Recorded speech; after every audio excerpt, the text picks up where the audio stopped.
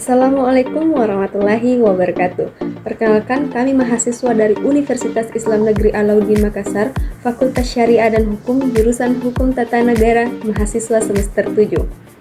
Video ini dibuat untuk menyelesaikan salah satu tugas mata kuliah Kapita Saletta dengan dosen pengampu Bapak Sofyan SH MH. Kami dari kelompok 8 dengan judul Hukum Pidana Islam dalam kasus pencemaran lingkungan.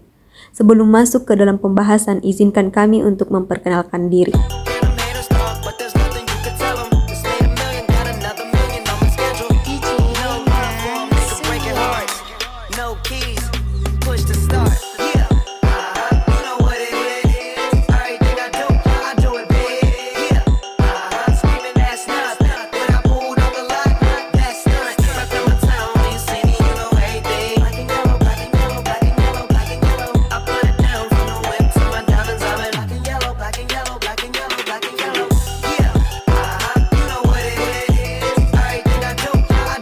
Baiklah, kami dari kelompok 8 akan mempresentasikan materi yang berjudul Hukum Pidana Islam dalam kasus pencemaran lingkungan. Adapun penjelasan pertama itu penjelasan umum pidana Islam dalam pencemaran lingkungan. Secara bahasa, kata pencemaran dari kata akar cemar berarti kotor, keji, buruk. Pencemaran artinya proses perbuatan atau cara mencemari atau cara mengotori suatu keadaan tertentu. Sedangkan kata pengerusakan dari asal kata rusak yang berarti sudah tidak sempurna, tidak utuh, terganggu atau hancur. Pengerusakan artinya suatu proses perbuatan atau suatu cara merusakkan sesuatu.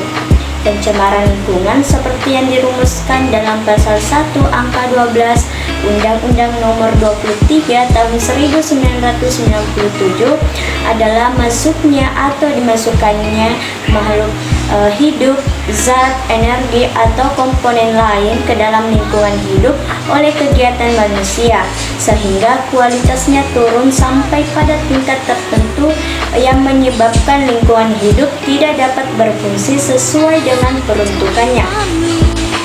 Dalam konsep Islam tentang lingkungan dalam pengertian luas merupakan upaya untuk merevitalisasi misi asal dan ekologi. Misi asal ekologi adalah suatu mengkaji keterhubungan timbal balik antara komponen dan ekosistem. Dalam hal ini tidak terbatas hanya komponen manusia dan ekosistemnya, melainkan seluruh komponen dalam ekosistem. Dalam Al-Quran ditegaskan bahwa kerusakan lingkungan hidup tidak lain merupakan akibat dari keserakahan manusia sehingga mengeksploitasi alam lingkungan habis-habisan. Oleh karena itu sejak awal Allah memperingatkan akan adanya akibat ulah manusia. Dalam hukum pidana, perusakan lingkungan hidup merupakan salah satu jenis tindak pidana. Disebut demikian karena melanggar hukum dan dapat dituntut. Terus yang kedua, penjelasan kedua itu faktor-faktor penyebab terjadinya pencemaran dan perusakan lingkungan.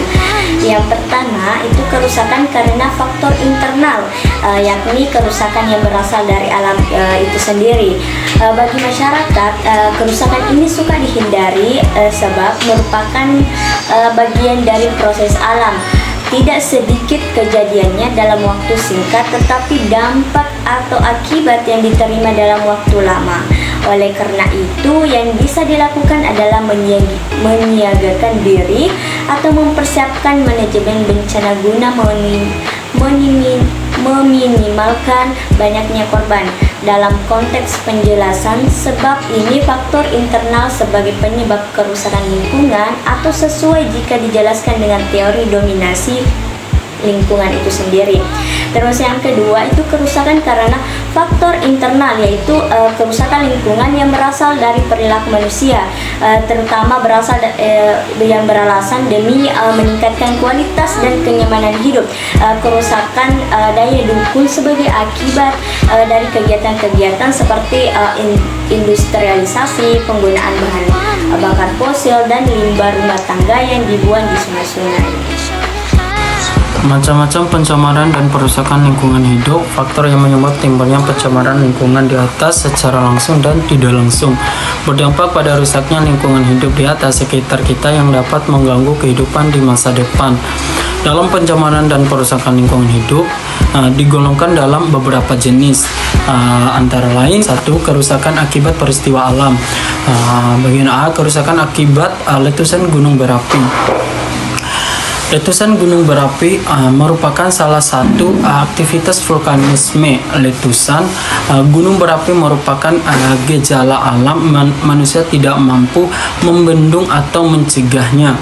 Akibat dari letusan gunung berapi dapat merusak lingkungan hidup.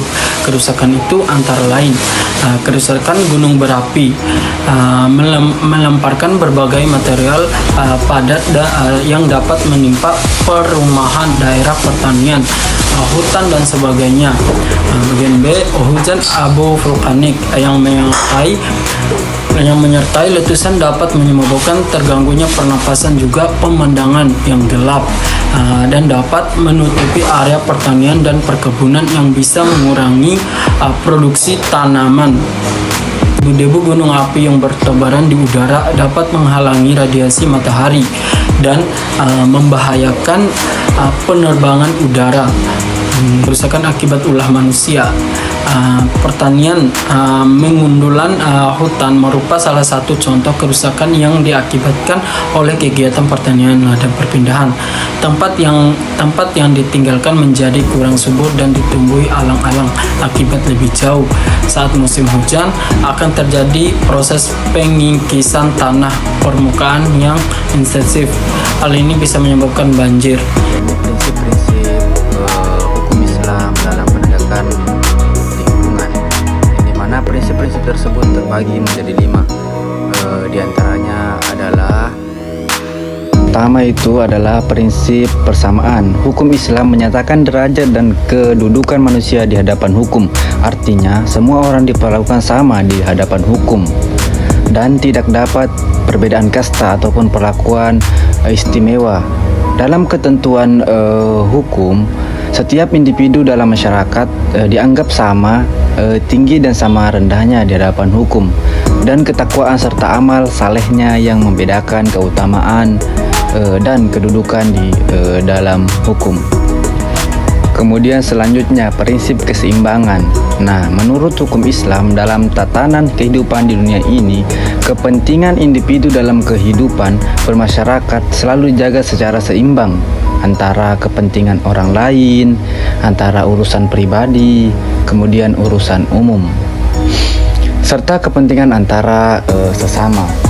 Jika harus dilakukan sesuai di antara kedua kepentingan ini, maka kepentingan umumlah yang harus diutamakan menurut hukum Islam. Masyarakat tidak lain adalah tindakan individu-individu yang berhubungan satu sama lain dan bertukaran manfaat penting. Individu membentuk masyarakat dan masyarakat membentuk individu. Selain itu, diharapkan juga individu dalam suatu masyarakat harus bermanfaat bagi masyarakat lain, dan masyarakat harus bermanfaat juga setiap individu. Nah, kemudian prinsip ketiga adalah prinsip kemaslahatan. Hukum Islam menekankan kebaikan, kemanfaatan, kesejahteraan, kebahagiaan, dan kehidupan manusia serta menghindari bahaya seperti kerusakan, kesulitan dalam hidup. Kegunaan hidup manusia sebagai individu maupun sebagai anggota masyarakat, baik kemanfaatan ukhariyah maupun kemanfaatan dunia berdasarkan prinsip inti yang ditekankan dalam hukum Islam. Dalam pengelolaan hidup, baik individu maupun masyarakat perlu memperhatikan manfaat kehidupan di bumi tidak terancam dan hancur, yang pada akhirnya menjadi bencana bagi umat manusia. Dalam kaitan ini, ajaran Islam yang sangat memperhatikan kepentingan umat manusia di bumi dan kehidupan di akhirat sebenarnya tidak mengingatkan hal tersebut. Prinsip gotong royong yang keempat. Rasa gotong royong tertanam kuat di hati setiap individu, sehingga ketika ada musibah yang menimpa sesama manusia, mereka akan segera menyikapi sesuai dengan bakat dan kemampuannya. Kita bisa memikul beban sosial kehidupan bersama. Nah, menurut hukum Islam, Manusia adalah makhluk sosial. Walaupun secanggih apapun moderasi dalam teknologi suatu negara, semaju apapun peradaban manusia, masyarakat selalu membutuhkan bantuan orang lain. Dengan semakin canggihnya masyarakat dalam menjalankan aktivitas kehidupan di dunia ini, permasalahan sosial memerlukan gotong royong pun semakin meningkat, karena gotong royong itu sangat penting dalam bermasyarakat. Yang terakhir, prinsip keadilan. Lawan dari keadilan adalah apa? Kezaliman, yaitu pengambilan hak yang melanggar hukum atau curang. Keadilan berlaku antara individu dengan masyarakat, dan antara masyarakat dengan pemerintah. Keadilan hukum mencakup asas persamaan, hukum yang disebut dengan persamaan di depan hukum. Semua orang harus diperlakukan sama di mata hukum, equal before the law. Dengan kata lain, hukum harus ditetapkan secara adil kepada semua orang. Kerusakan dan pencemaran lingkungan dewasa ini seringkali kita jumpai dan sangat kerap terjadi di sekitar kita. Oleh karena itu, dibutuhkannya aturan-aturan yang tegas mengenai hal ini, baik aturan dalam menjaga pencemaran lingkungan maupun pengaturan mengenai sanksi-sanksi bagi para pelaku perusak maupun pencemaran lingkungan. Pengaturan mengenai pencemaran lingkungan hidup ini pertama kali dirumuskan dalam Undang-Undang Nomor 4 Tahun 1982 tentang ketentuan-ketentuan pokok pengelolaan lingkungan hidup, di mana yang kemudian itu diubah menjadi Undang-Undang Nomor 23 Tahun 1997 tentang pengelolaan lingkungan hidup, dan terakhir itu diubah lagi menjadi Undang-Undang Nomor 32 Tahun 2009 tentang perlindungan dan pengelolaan lingkungan hidup. Adapun perbedaan mengenai lingkungan hidup menurut Undang-Undang Nomor 32 Tahun 2009 ini dengan kedua undang-undang sebelumnya, yaitu undang-undang ini tidak hanya untuk menjaga kelangsungan kehidupan dan kesejahteraan manusia serta makhluk hidup lainnya, tetapi juga kelangsungan alam itu sendiri. Jadi sifatnya tidak lagi antroposentris atau biosentris, melainkan telah mengarah pada ekosentris.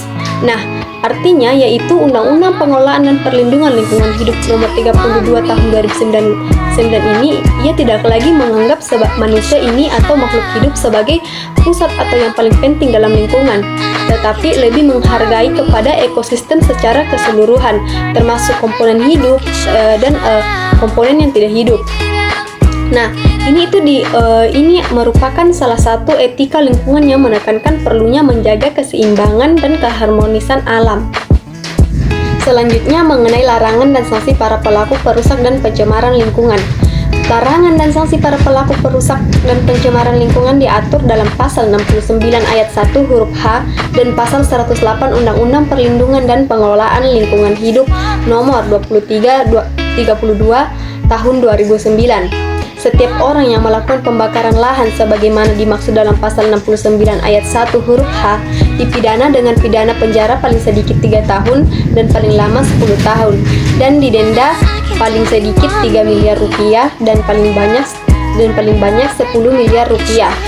Bukan itu saja, terdapat juga dalam Al-Quran tentang larangan perbuatan merusak lingkungan, yaitu terdapat dalam Quran Surat Al-A'raf ayat 59. Yang artinya, janganlah kamu berbuat kerusakan di bumi setelah diatur dengan baik. Berdoalah kepadanya dengan rasa takut dan penuh harap. Sesungguhnya rahmat Allah sangat dekat dengan orang-orang yang berbuat baik. Nah, dalam hukum Islam ini mengenai pemberian sanksi untuk para pelaku perusak lingkungan hidup dikategorikan sebagai jarima ta'zir, di mana sanksinya ini sudah menjadi keputusan ulil amri, di mana pemberian sanksi ini dilihat dari perbuatan yang benar-benar telah dilakukan, apakah dapat dibuktikan dengan akibat yang ditimbulkannya terhadap lingkungan, dan adanya unsur moral yaitu niat pelaku untuk perbuatannya. Kesimpulan yang dapat kami berikan pada materi kali ini yaitu dalam Islam menjaga lingkungan adalah kewajiban untuk memelihara keseimbangan dan harmoni dengan alam. Al-Quran dan hukum Islam melarang merusak lingkungan dan menegaskan pentingnya menjaga keseimbangan antara manusia dan alam.